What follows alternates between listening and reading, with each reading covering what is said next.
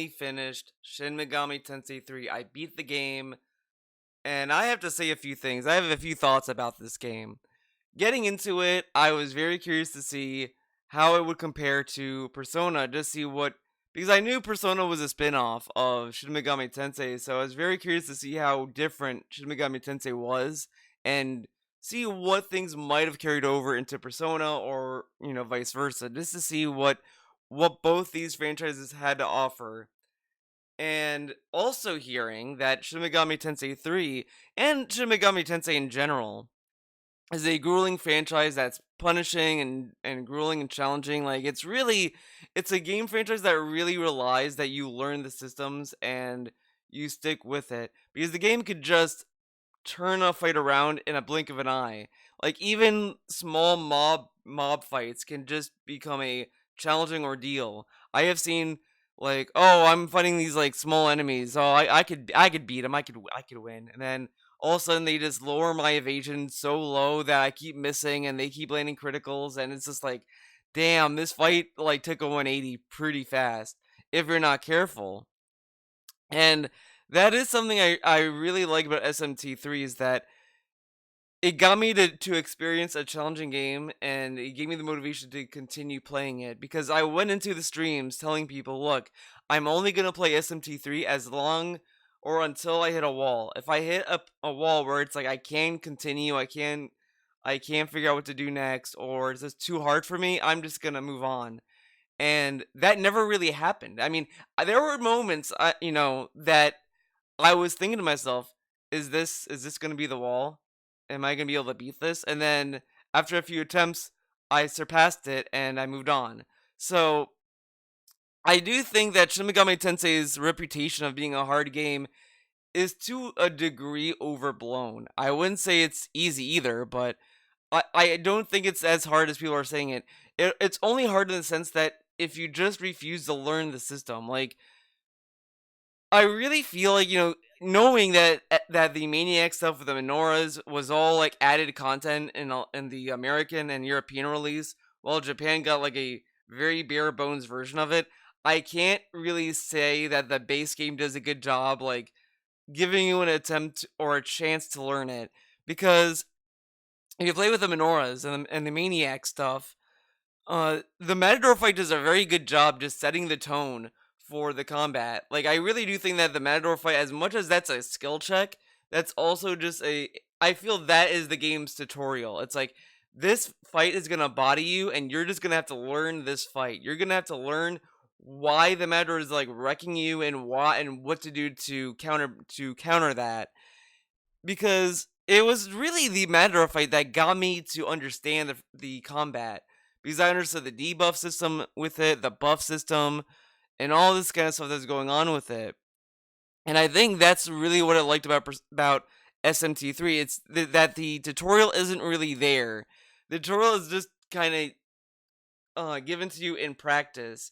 So you're learning by fire, pretty much. Like, you're learning just by doing the things that the game expects you to do. And I really loved that Matador fight because of that. And the more I got into SMT3, the more I really found myself preferring that combat system. I love the push turn system. I loved how the criticals worked and the weaknesses and all this stuff, because it really gets you thinking more about your turns and makes you strategize even more. It wasn't as satisfying in Persona. By just comparison, like, I was playing SMT3 and then I went to play Persona 5 Royal, and it's like, this game is like really easy now. Like, there's no push turn system, but the baton pass is there. The weakness is like way more like rewarding to land than. Meanwhile, in SMT3, it's like, okay, I can land a weakness and I'll gain a turn this way. But so what can I do? What can I do that's in the turn order that I have? And I found myself really planning out my party a little bit more. Where in Persona 5, I really found myself just sticking just with party members I really enjoyed having on my team. Like, oh, I like Makoto, keep her on. All right. It really stopped being about, oh, I need, what demon do I need, or what party member do I need? Well, SMT3, it became more and more like, I need a good team to fight this boss. What is their weakness? what buffs or what skills do these demons have that I should be bringing into my party. And I found myself continuously changing my party over the course of the game. It wasn't like Persona 5 where I really found my party to be stagnant after a while. It's not as stagnant as like other RPGs I've played, but SMT3 does a better job getting you to really look at what you're fusing and what party you're bringing to the next fight. And that's really what I enjoyed about SMT3 compared to what Persona has going for it. And I said this like to Retro in the in my Discord and all this kind of stuff that SMT really highlights how easy Persona games can really be. Persona 4 just sucks. So I don't want to see any fucking comments saying, "Well, healthy, you say Persona's easy. Well, Persona 4, you struggle in that game. The game is a piece of shit, and I don't want to hear it, okay? If I see that, I know who not to listen to. Okay? Sorry.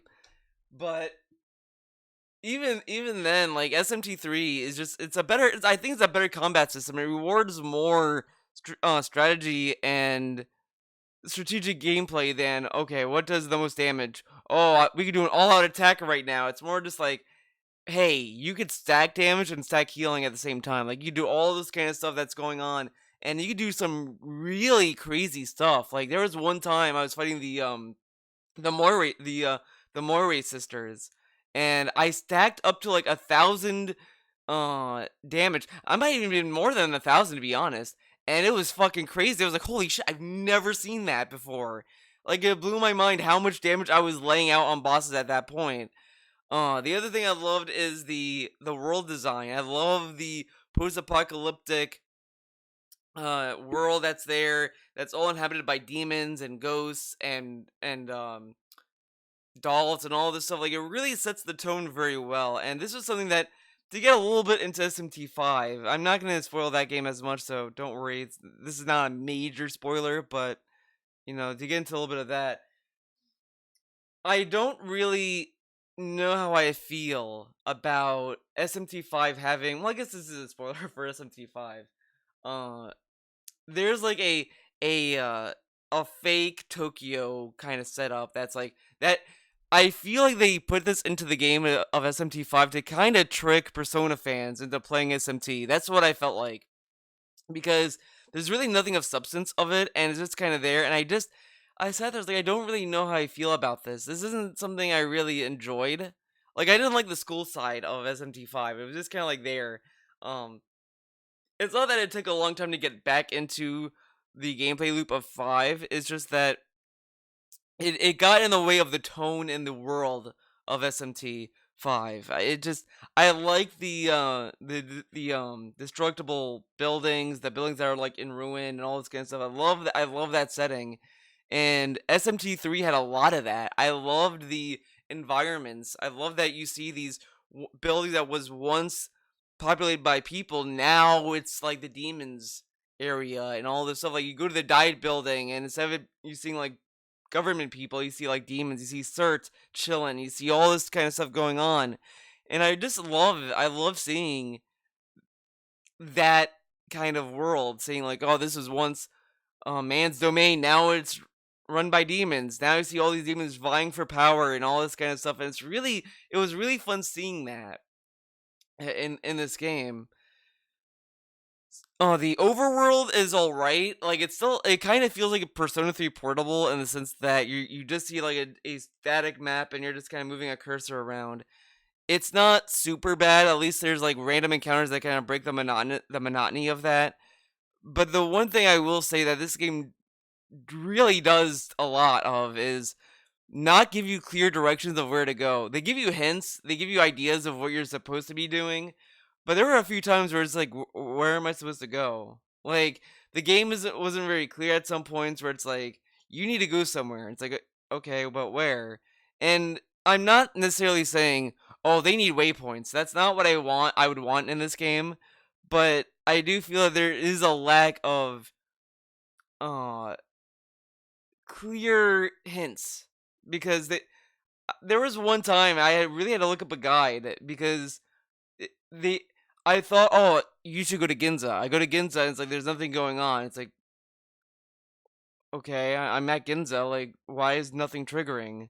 And I looked up a guide. It's like, well, you need to go to a subway station and go through that tunnel, and you'll end up to where you need to go. It's like, oh, okay. Like, I wish I knew. The other thing I kind of enjoyed the challenge of was the first Dante fight. The first Dante fight is very like grueling because he has an attack that's 80% critical rate, and that is a crazy fucking like percentage to give an enemy to land a critical. So there were fights in the beginning of the game that it was like I was at the end of the rope. I was like, if I don't win, this is so to kind of lay it out with this Dante fight. My party was getting massacred. Like I was one hit away from death. I was on my last party member on the last turn. I was like, this has to hit. If it missed, it'd be over. If it didn't kill him, it'd be over. Like everything was on this last turn, and it's like, I don't know if I'll win. I don't know what's gonna happen. I have to hope because I was mostly hoping for a critical, so then I could just heal my party. But I didn't get a critical, but instead I got the final hit of the fight.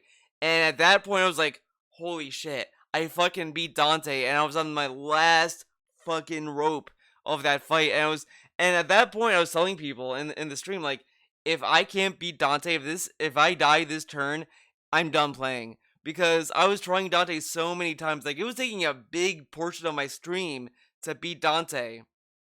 And I was like, I don't know what else to do other than grind, and I don't really feel like grinding that much. I don't know what to do. This guy's letting criticals, he's wiping out my party. I don't know what the fuck to do. I'm fucking screwed. So I'm like, oh shit, I don't know. So I was at the end of my rope, and then I do the attack. The guy dies. I beat Dante, and I was like, oh my god. Holy shit, I beat Dante. Alright, I need to go save. I saved, and then I went back to continue through the Mantra Tower. I just love that there were a lot of fights that just had that, like, nail-biting experience. And I didn't, and it dawned on me throughout the playthrough that I've never felt that way as much in Persona. I felt that way in Persona 3, uh, from time to time. Like there were moments where it's like, oh shit, am I gonna win? Am I gonna fucking go on? But with SMT3, it was much more like frequent and much more nail biting in this, and I just loved it. I loved the challenge of each fight.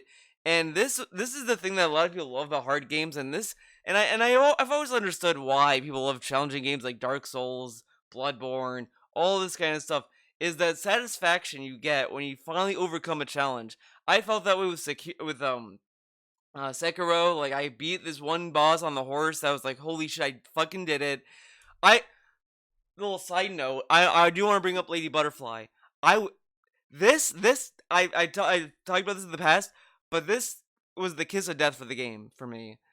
I was one hit away from beating Lady Butterfly. One hit.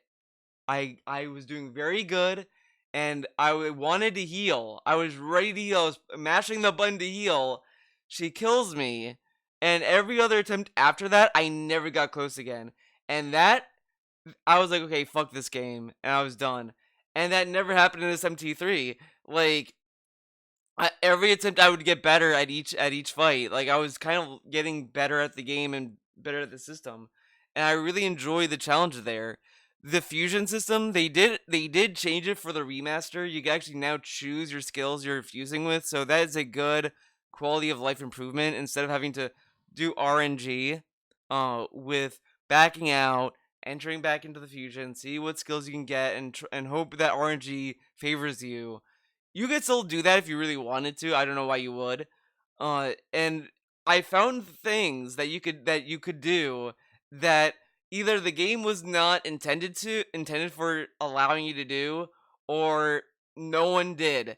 Like I was able to fuse two characters, Dowsujo and someone else to get Thor, and I was able to give Thor the amazing healing skill Prayer. And I think it was Yoshi in my chat said to me like, "How the fuck did you do that?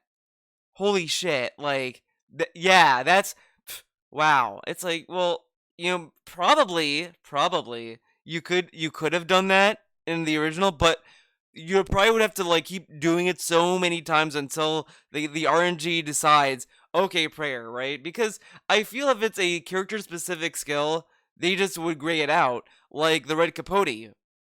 You cannot fuse Red Capote to anyone else when you fuse Matador. So I do think to a degree that it was allowed for you to inherit prayer. It's just that with the original game, you would have to keep going back and entering, and it's like, are you really gonna do that like all day until you get prayer into the right skill tree? I mean, come on.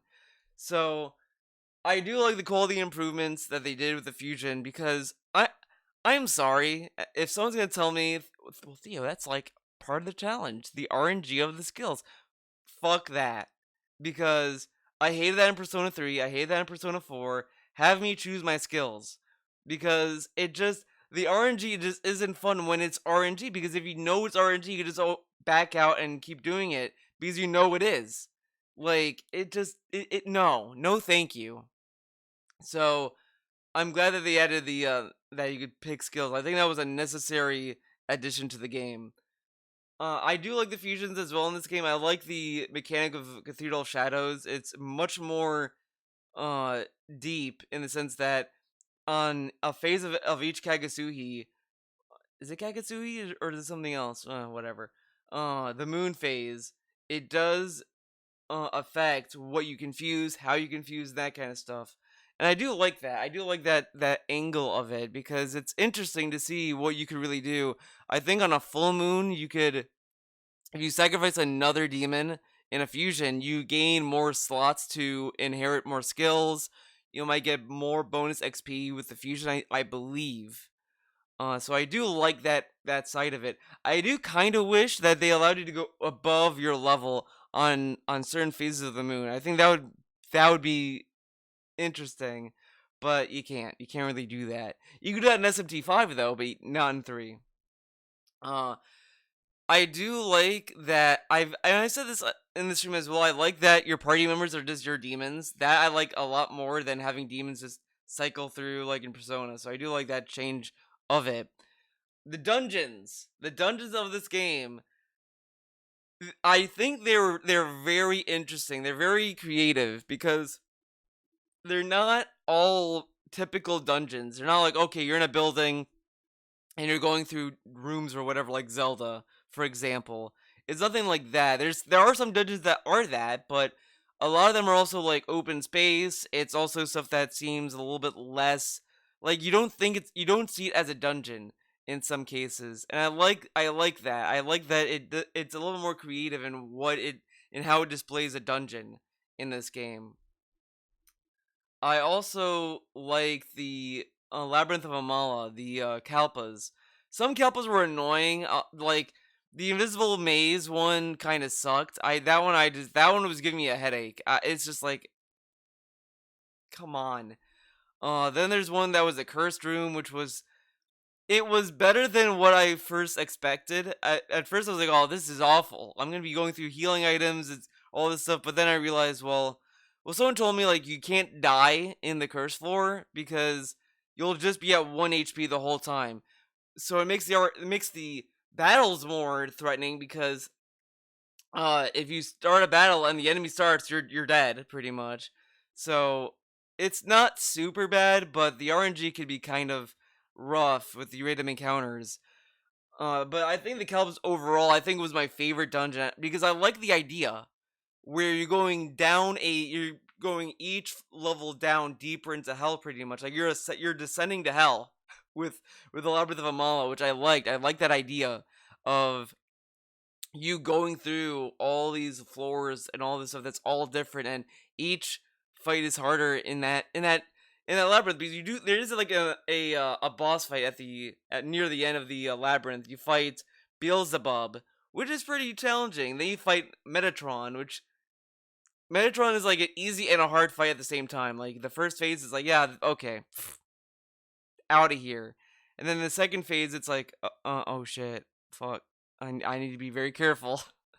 But I do like the design of or the design and the idea of the Kalpas. I think I think it kind of fits what the game's giving you. So the whole motivation of going through the Kalpas and the labyrinth is so that you can really challenge yourself to get all the menorahs and to give birth to a new demon, that kind of shit. So I love that that is one of the hardest parts of the game is doing the Labyrinth of Amala, doing the menorah fights, because it fits the tone. It fits what's going on in the story. A lot of people talk about how gameplay has some synergy with the story, and that's very true in a lot of games. A lot of games do a good job with that synergy, but I really think SMT3 does it the best because it's not something you actively think. You're not thinking about, oh man, this is hard because of the story. Like, you don't really see that connection as easily until you beat the game and you reflect on it. Some people might have picked up on during the playthrough, but it really fits what's going on because you talk to this old man and he's like, oh, you're gonna have to go through all these trials and all this stuff to get to the end. And when you get to the end, the game just tells you, so you made it this far. Do you want to continue? Do you want to see what's going to happen on the other end? It's like, and when you get to that point, you're like, hey, I have done all this shit. I'm gonna see what's gonna happen. I didn't come all this way to say no. So I do like that the game kind of puts you through hell for you to just be motivated to see what's at the end of it. And it was rewarding. I loved it. I loved that that conveys what's going on so well. It's amazing. I'll get a little bit more into that into the story portion of this video.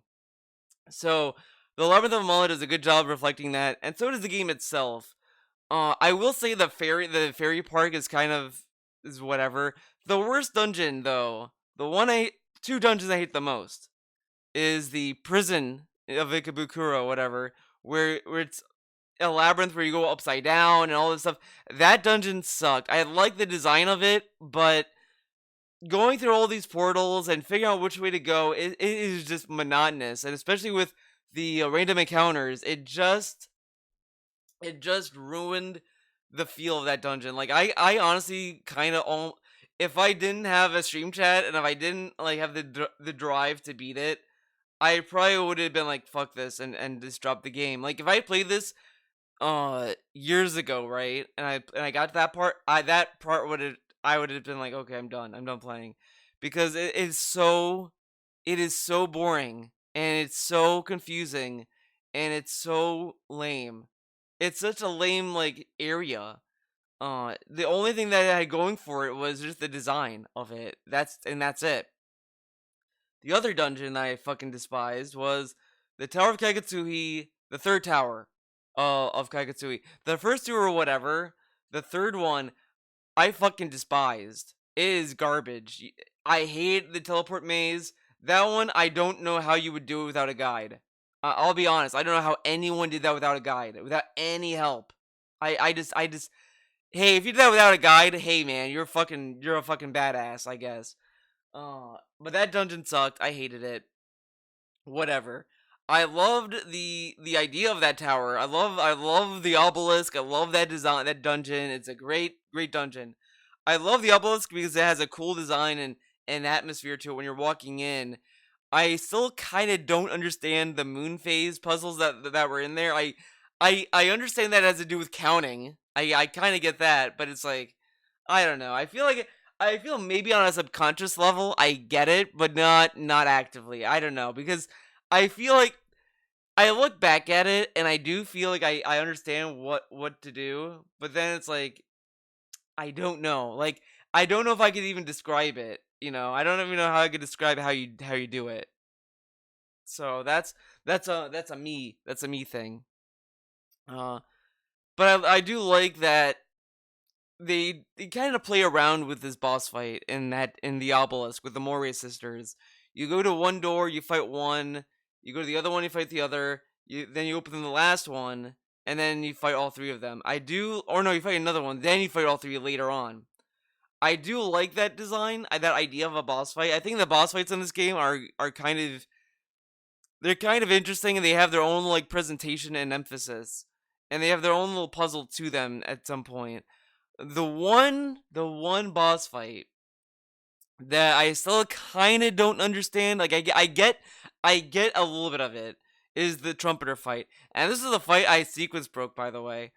I wasn't supposed to fight Trumpeter as early as I did. I was supposed to go through Mother Harlot and another writer. I feel whatever, but I ended up going to fight Trumpeter first because I ended up getting there before I was supposed to. Whatever. Um, I fought Trumpeter, and this one I didn't understand. People were like telling me into yelling at me. Okay, they were yelling at me, guys. Look at your health, Theo. Okay, see how low your health is. When you heal it, look what he does, and it's like, okay, and I'm just saying, like, well, yeah, but he could still attack me and kill me. Like, what? Like, I just didn't, it just didn't click with me for some reason. And the way I think it was, I'm sure there's more to it. Someone might correct me on this. If you have low health, no, Trumpeter targets either someone with full health or low health. It's one of those two things. And if you fully heal, he will fully heal. I think something like that. So that fight was a little bit rough, and I was just like I don't know. And I beat it. I was like I'm glad I beat it. Not gonna deal with it again. Fuck it. So I don't know. I don't know much about that fight. But that was a hard one. I do think that the Trumpeter fight is the hardest one. The other Minoru fights were easy, to be honest. Like, if you want to count Dante, I don't really know if people count Dante as a Minoru fight, because he does give you a Minoru at the very last time you see him, I guess. But I don't know. But the other ones were very easy. I think the Matador is hard because that's the beginning of the game, so you're really learning the system at that point. And Trumpeter, I think, is the hardest one. Uh, so the final boss was decent. I think it was hard as well, but I also kind of grinded it to be the recommended level, which someone said was like level 95, and I was only one level above that, and it really worked out for me in that fight. It was great. So I do like the gameplay, the atmosphere, the tone, everything, the music. I love the music of SMT3. Like I like the soundtrack to SMT5. It's good. He has some bangers in there. I love the music. It's all good. The the final area before the Tower of Eternity or whatever the fuck has the best world theme. I love that world theme. It's really good. It's really good. I don't care who you are. Great theme. But 3 just knocks it out of the park. I love the boss theme. That boss theme is so good.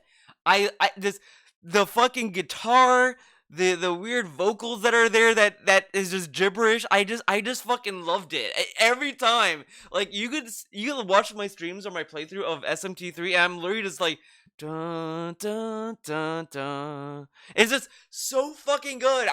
It's sad that in the soundtrack the track length is like 2 minutes.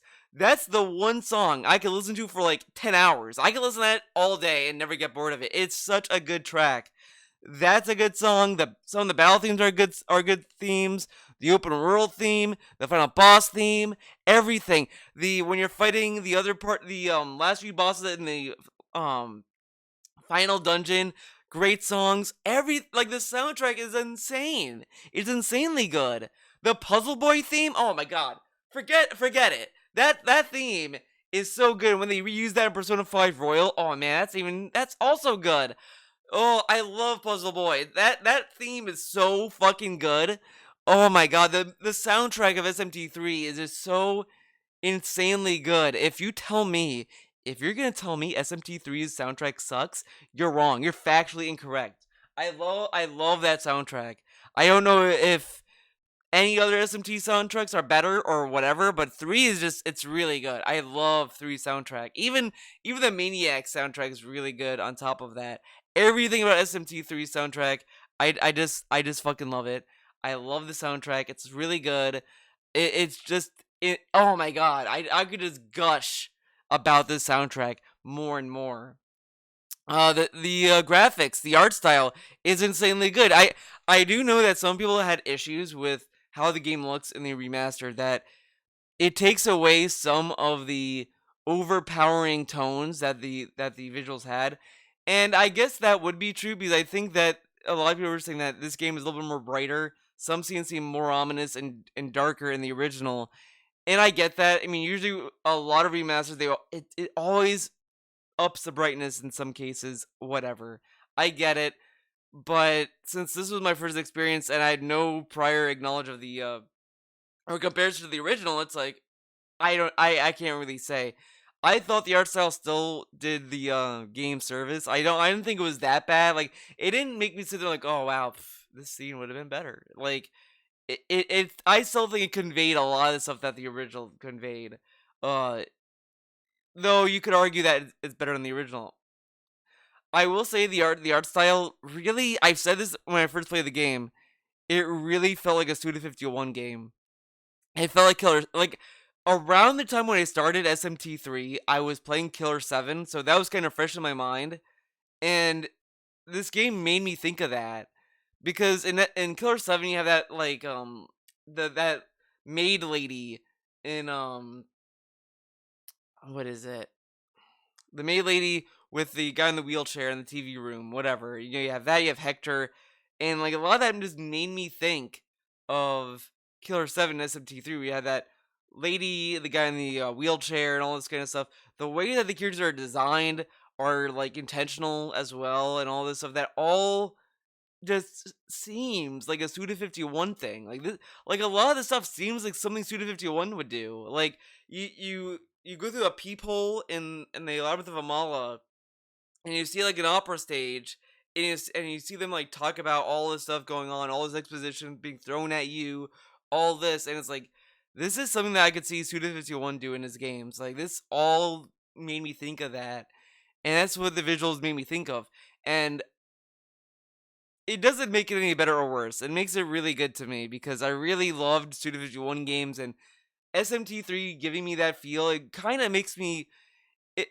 it made me not like SMT5's visuals, and SMT5 has decent visuals. I don't think it's an ugly game, but I really like the style that 3 had, and I really wish more games did that. You know, like a lot of games try to have this real. It's either realism or anime, and it's like okay.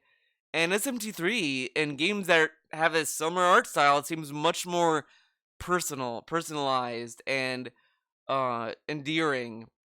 So I really love the visuals of SMT3. It kind of gives the characters more expression, and I love that it had a very punk kind of aesthetic to it, and it's definitely intentional. Like the Demi Fiend he's not wearing a shirt. He's just wearing shorts that you could see a rocker have. He has like body tattoos, and his melee attack is just bam, and it's like yeah, this is like a fucking punk kind of game, especially when you get an ending where it's just a demon ending, and it's like this is fucking metal. Like this is something that would be like Metalocalypse at some point. Like and I love that style with it. I love punk rock shit. I love that kind of shit.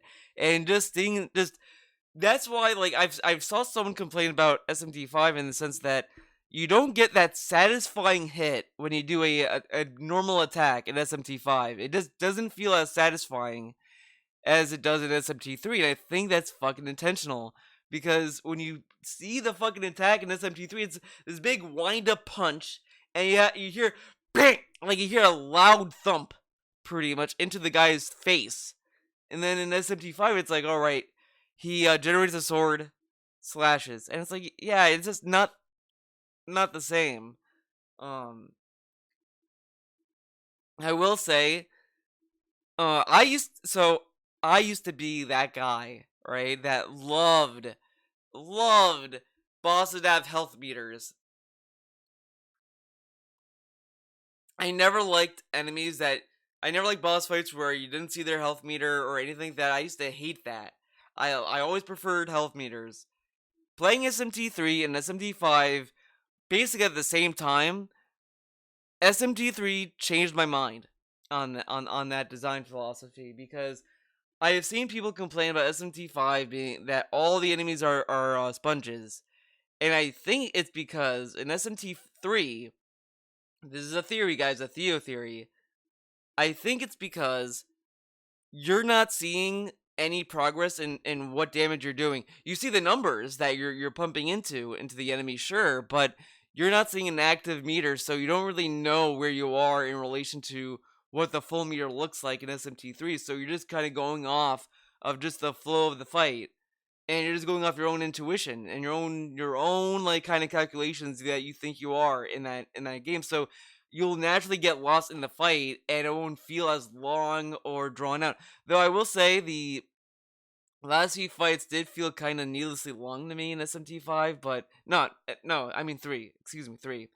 But I wasn't bored, so it balanced out in that way. SMT5's fights, I think, feel like they take a long ass time because you see a meter and you just drop an attack and it's like, all right. And you just see that meter slowly deplete, and it's just. I feel with the meter, when you show a meter, you really have to balance how much damage you can lay down on an enemy, because if you want that boss to feel like a boss and it's a overpowering foe, having a meter slowly deplete is like, okay, like it just feels like a grind. But at the same time, you don't want the meter just to go down like so fast, where it's like, wow, this guy's a bitch, like I feel with a meter, you always it's more careful. You have to how you balance the outputs of damage and that kind of stuff. Meanwhile, in SMT3, you never really get a full idea of how much damage you are, how close the guy is to death, etc., etc. So I do enjoy SMT3 system way more because I do think that the what made me turn on that is just I played SMT5 one night and I was going against a boss, and as the fight was going on, I kind of sat there and was like, all right, come on. Well, SMT3 was more like, all right, what should I do with this turn cycle? I could I could do this, I could do that. Oh man, how much health do I have of this guy? I think it should be halfway at this point because I fought him for this long. He can't be that full, right?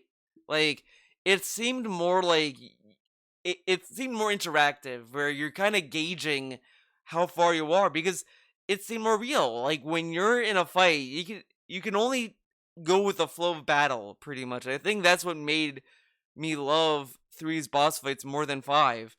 And I like five so far. I mean, I'm near the end of the game. Uh, I'm gonna do a video on that, so look forward to that at some point. But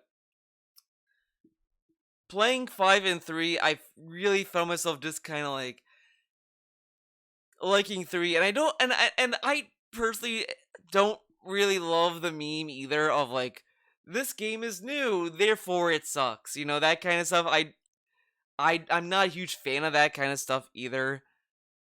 And I understand that I think SMT5 does make some concessions to make it more accessible, though it does still have some challenge in there. But I think once you really get it, like I said SMT5 felt really hard for me, but I got to the point where I think it's just that I was just mad unlucky with the RNG in SMT5 that was just wrecking me. Once I got past that and I started looking at the fusions, I started understanding that this game is kind of easy.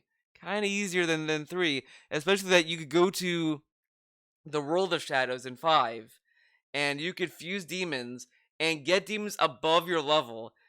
At that point, that's kind of broken. Like, you could fuse a demon, like, you could be level 69, let's say. Nice, right? You could fuse demons, and you think naturally, okay, well, you can only fuse demons that are. So, oh my god.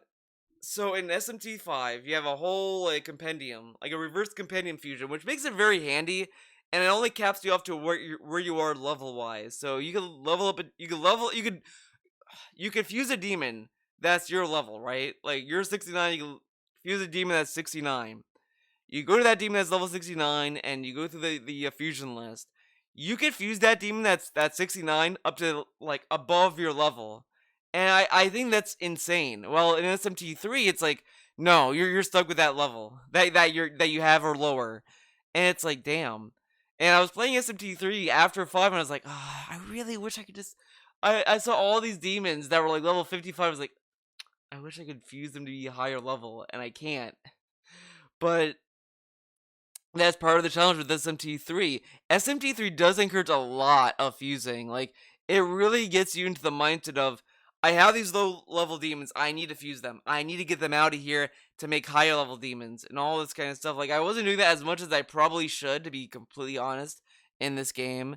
But I do like that this game has an active encouragement for it. Well, 5 just kind of seems like it gives you as much encouragement as Persona, where it's like, yeah, okay, like, you're just gonna fuse to just to fuse at this point. So it's not a bad system. But SMT3, I think it nails things way better than what 5 has to offer, and I think 3 is just a much more rewarding game. The boss fights aren't seem like at a surface level, the bosses seem unfair and bullshit, but then when you really get into the boss fights, they seem to be balanced. The one thing that a lot of people were bringing up, I think Yoshi posted this video in my Discord.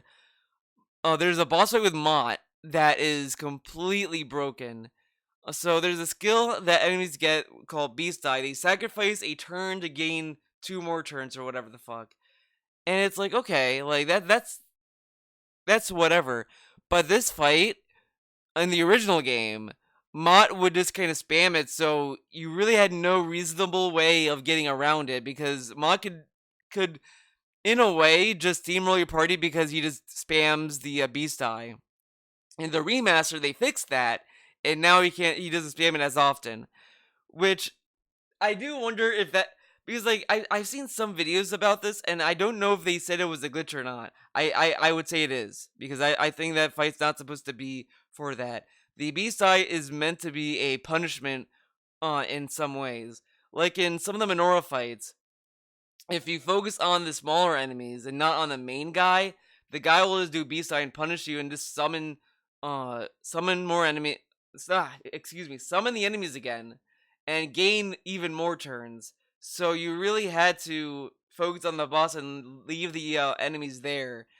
The way I also figured out would be a great way is if you know their weakness of the smaller enemies, you could use that just to your advantage and just kind of piggyback off of that to gain more turns to dump on the main boss, which is kind of a fun little mechanic to have. So I do like that there is this kind of playful strategy with the bosses and how the turn system works. So let's get into the story. I got the true demon ending. I think there are 6 endings in total, and I know there were 2. I think there are 2 neutral endings. I think if I wasn't gonna get the true demon ending, I think I was gonna get one of the neutral endings. I think I was gonna get the one that was aligned with the teacher, who I named Mitsuru. Uh, so I think I was gonna get that ending if I didn't go for the true demon ending. But you went through all that labyrinth and all those kalpas. There's no way, if you're doing all of that, there's no way you're gonna say like, no thanks, I'm not gonna do the true demon ending. No, you're gonna fucking do it. I'm sorry, you did all of that work and you're gonna say no. Yeah, right.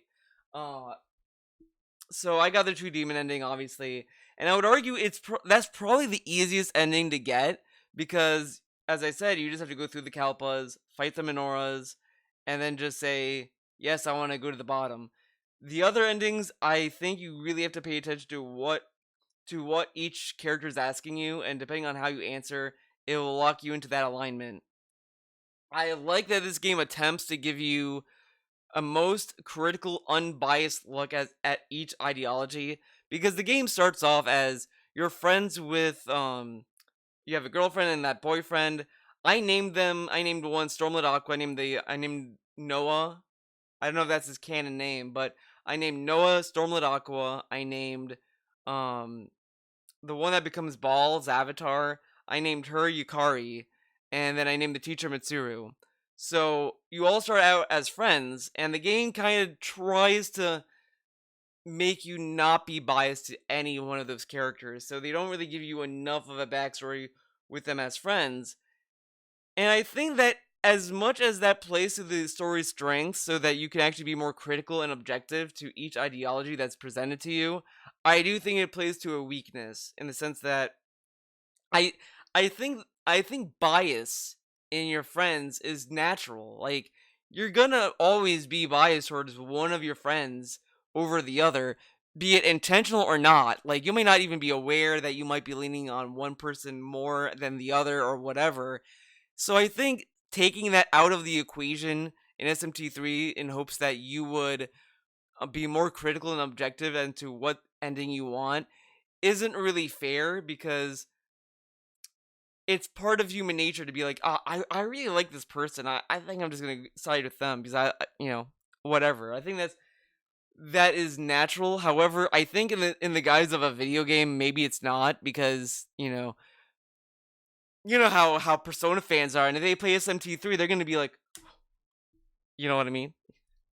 But I get that they want you to be more objective and more critical on it. It's just that without that personal connection with any of the characters, it's really hard to care when they make a turn. Like when they started being negative to each other and they wanted to kill each other, it's like I just think back like it's that's really weird. They were all friends at the beginning of the game, and then all of a sudden like I'm gonna fucking kill this person. This person's a fucking idiot. It's like what? And it's like oh Demi Fiend. I know we were friends, but I'm gonna fucking kill you. It's like what? Like Hikawa was the only one that was like he was willing to kill you off the bat. Like immediately off the bat he was gonna kill you. So him doing his own thing made sense. But every time we saw like Stormlit Aqua or Yukari, it was just like, what is the deal? Like, I think I would argue that like the first time you see them as when you started to see that they formed their reason, their ideology, the only one I felt that at least attempted to be genuinely trying to get you to join them was Yukari. Stormlit Aqua kind of does that. He kind of did that.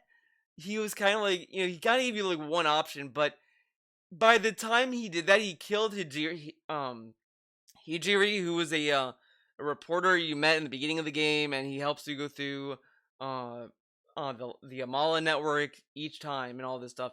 And Stormlight just fucking kills him or whatever, and it's like, yeah, I don't think I'm gonna side with you. You fucking killed this other guy or whatever.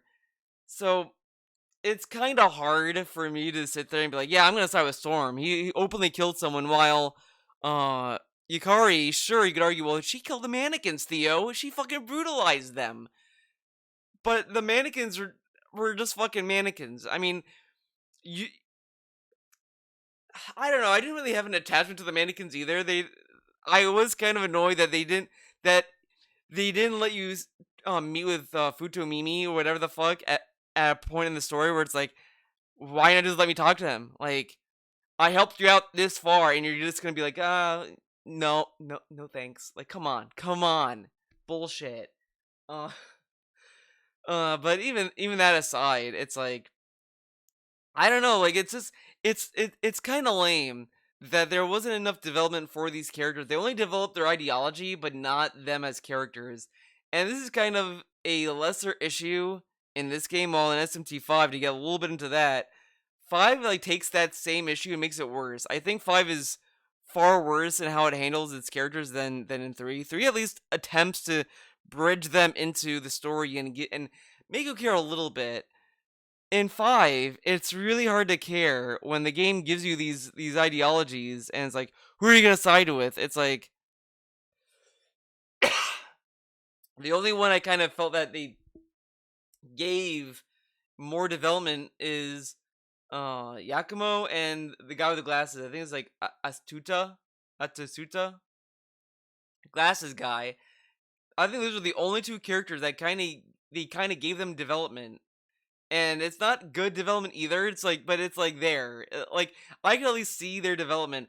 While Dazai is just fucking lame. I hate that character. He's fucking trash, garbage character.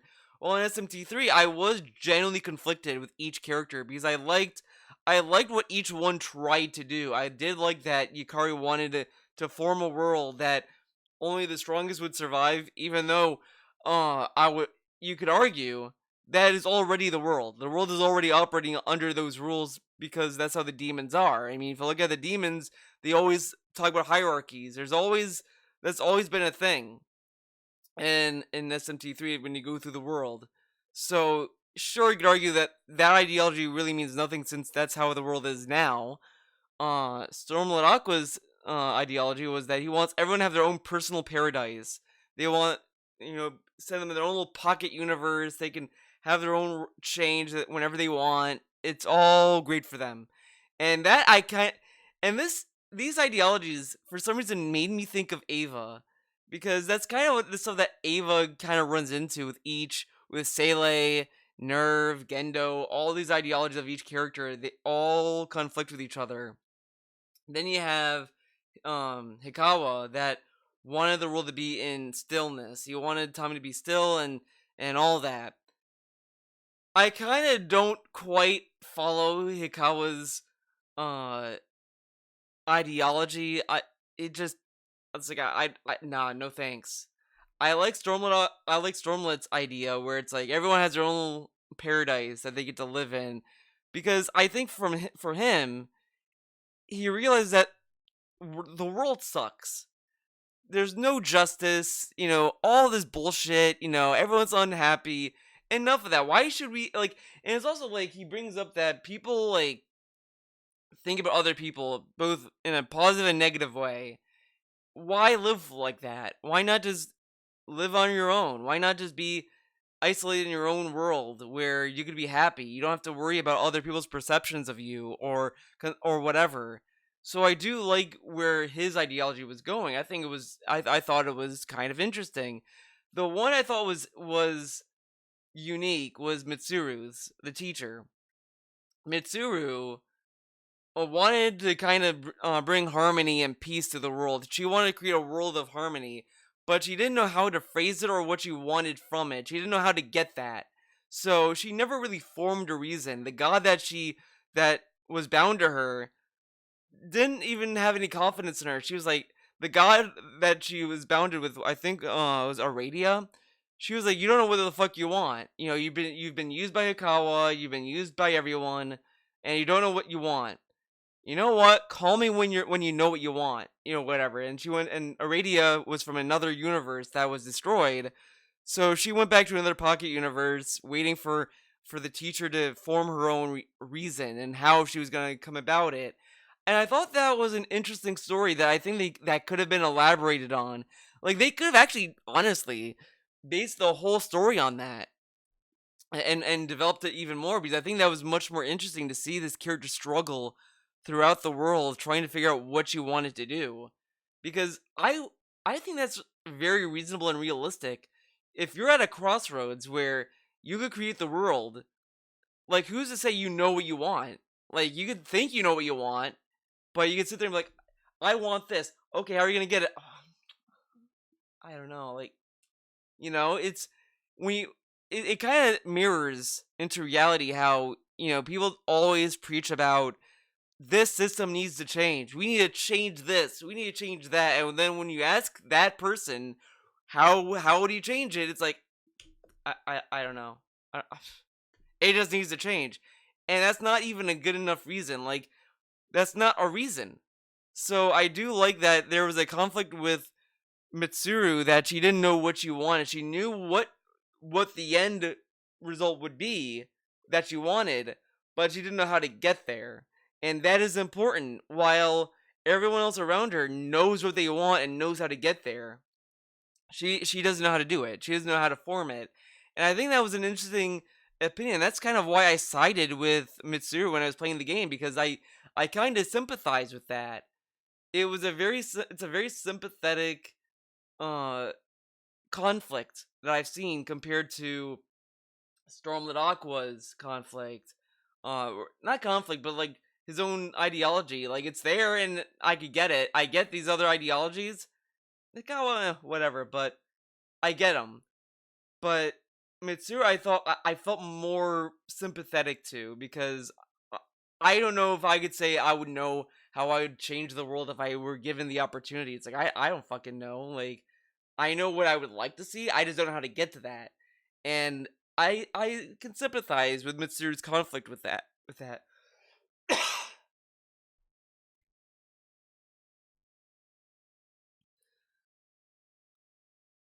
Though I will say the True Demon ending is probably the best ending you could get, and I think it's the one that feels the most satisfying because I think it encompasses the story better than the other endings. The other endings, I didn't really experience them. I kind of saw some things of them on YouTube, and it's like, these are like solid endings, sure, but I think what really encapsulates really the tone and theme of SMT3 is the True Demon ending.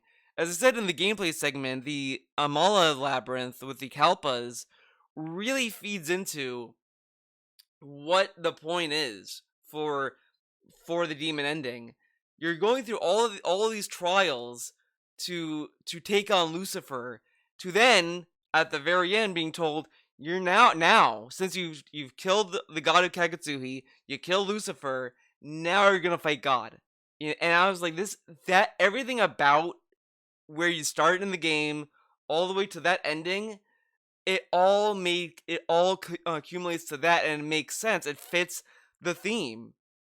You see how the world becomes because everyone wants to conceive the world, they want to recreate the world, and the god you're gonna end up working your way to kill at the end allowed this. That god allowed this madness to happen and to take place on Earth. They allowed this recreation opportunity to happen, all this stuff, all these factions to go against each other, it nurtured all of this conflict because of these rules that God laid out for the destruction and creation of the world. And when you fight the god of Kagetsui, even that god mentions stuff about God and how like this is the rules. You can't go against the rules of God. You can't go against that. You do all this over the Kalpas. That's grueling, challenging, frustrating, all this bullshit. And you're going through the labyrinth and you're just like, this Kalpa fucking sucks. And you could sit there and say, oh, it's bad game design or whatever, but I would kind of argue by the end of the game, you start to question maybe it's intentionally designed to be bullshit because you're getting frustrated. You're getting mad at the world as it is when you're going through it. You hate the battle system being so tough on you. You hate that you could just be killed so easily if you're just not ready or whatever. And as you go on through the game, you get better, stronger. You really understand the way of the world and all this stuff. Like the fact that the Matador fight, the first fight in the Menorah fights, it's so challenging because it forces you to learn the system, and if you don't learn it, you're never beating him. And it's like and that is just the to train you for what's to come. So when you see the True Demon ending, it's like, I get it. We're ready to fight God. Like you've been through hell, literally hell, to then be told now you're ready to fight God. You're a true demon now, and it's like, holy shit! Like all this stuff was to train you for that. And the way that the labyrinth was designed is like a labyrinth to descend on. You're working your way to the bottom, and it's so similar to hell. Like you're going through all these levels of hell pretty much to get to the bottom, to then be told, okay, you're gonna fight fucking Lucifer. Okay, you bested Lucifer. Now you're ready to fight God. Good job. Like it wasn't about creating the world. You're just doing all this stuff, and then you're gonna fight God at the end because because at that point you just get so frustrated with how the world is. So I think I agree with a lot of people that the demon ending is the true ending because it makes sense in what the game is putting you through, both story wise and gameplay wise. And I really liked the accumulation of that. Uh, Otherwise, I would have gone the neutral ending, and I don't know how I would have felt experiencing that. But I do think the true demon ending is much more satisfying. And I think that some people might not like it in the sense that it ends on a cliffhanger pretty much. Like it ends right before they fight God. And I think that's the best way to end it. I think, not seeing that fight makes it interesting. And the other thing that I didn't even really notice, someone mentioned with Hijiri, sorry if I mispronounced his name. He was a character from other SMT games that was being punished, and he was being thrown to all these other universes on his journey. So I do like that there is that SMT as this little cinematic, guys. It's a cinematic universe, but this is much more interesting in the sense that it's stuff in the background. It's not stuff in the forefront where you're seeing these connections. There's stuff in the background that it implies that there's a connection. It doesn't really say for sure, but it implies the connection. So for someone who's never played SMT games, like, SMT3 is the first game I played, right? That tie with the other games with Hijiri might go over my head, but I can appreciate what they're saying about the character, that he's being punished for the sin that he committed. But then if you're a longtime fan, that has a whole new meaning to it. It's like, holy shit, because he was in this other game that he did shit in. And so I do like that SMT tries to make these connections, and it even stems into SMT5, which I'll get into that game when I do a video on it. Once I beat it, I'll talk about that, because there is some stuff I want to criticize of what Atlas did with some of the things. But let's get back to SMT3. I think the story overall is a very solid story. I think it's much more engaging than any of the other Persona stories. Like, I love Persona 3. Persona 3 was one of my favorite stories from in the Persona franchise, but I would say I think SMT3 is my favorite one that Alice put out. I think that might be number 1. And I do feel to a degree that might be a meme to say, because I think SMT3 is like a fan favorite for a lot of people, but I think it does a lot of things very well, and I think even the shortcomings that are there have a lot of potential. Like, as I said with Mitsuru, like, a lot of people were telling me in my stream chat that they don't like the ending that you get with her. Like, it's not that good of an ending. I don't really like it, but I like that there's a that the character has an interesting conflict that's there, and I do like that side of it. The ending may not be good, but the conflict that's within Mitsuru's character is interesting. I would have wanted to see more of that. Uh, and as you're fighting each of the boss fights that represent each ideology, that's supposed to be a big moment where you're going through all the people you met, and how far they've come. Like, you see Hikawa become this big giant demon thing. You fucking kill him, get him out of here. Then you have Stormlit Aqua, that's a big elephant thing, which I thought that fight was a little too long. I did not like that fight at all. Uh, I I said it was probably the hardest fight, just in the sense that it you have to keep track of what element he's using, and and when he changes, and it's not like he changes every turn cycle. It's like after every few turns or whatever, and it's just too much to keep track of. And that fight took forever, so I hated that fight. Then the one with Yukari, uh, that one was, for some reason, it was super easy for me, even as a fly. But I do like that each fight you're going through each ideology. The only criticism I said earlier, and it's true for these fights, is that it doesn't have the emotional weight as it should, because there's not enough development for them. And I understand that Atlas wanted you to have no bias picking what ideology, what ending you want. They want you to be critical and objective with each decision. But I don't think, if you give us backstory to these characters, that would hamper the ideology, the decision making.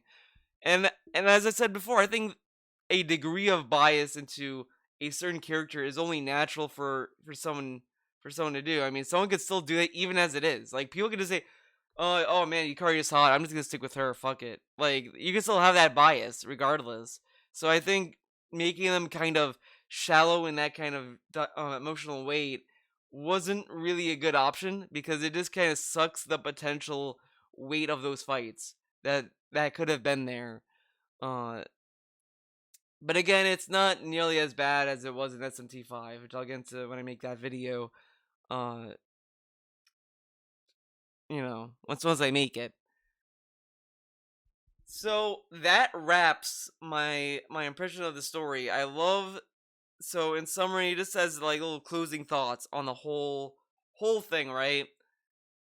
I do like the world. I love that you see these demons living in the world. Is the open world seems more alive than it did before. You see all these demons around. You talk to them. You see their lives. You see how they live their life through this new world that's infested by demons and all of this stuff. And all accumulates to a very solid package. The gameplay complements the story. The story complements the gameplay. This is the synergy that people love in some games. Like, this is the stuff that people dream games having this synergy between gameplay and story. And I think SMT3 does a very good job kind of having that synergy come through with the gameplay without feeling forced or manipulative. There's nothing really manipulative about the game other than it puts you through the ringer intentionally so that you feel that pain and struggle throughout the whole game, which matches the tone. The tone is cruel, is dark, it's evil, it's rough, and you see that, you feel that. It's all there. So if I were to rate SMT3, I'd probably honestly give it a 9 out of 10. If it had more solid character rating for Yukari, Stormlit Aqua, Mitsuru, Hikawa, all these characters, probably would have bumped it even more. The gameplay is solid. I just wish some of the dungeons were better.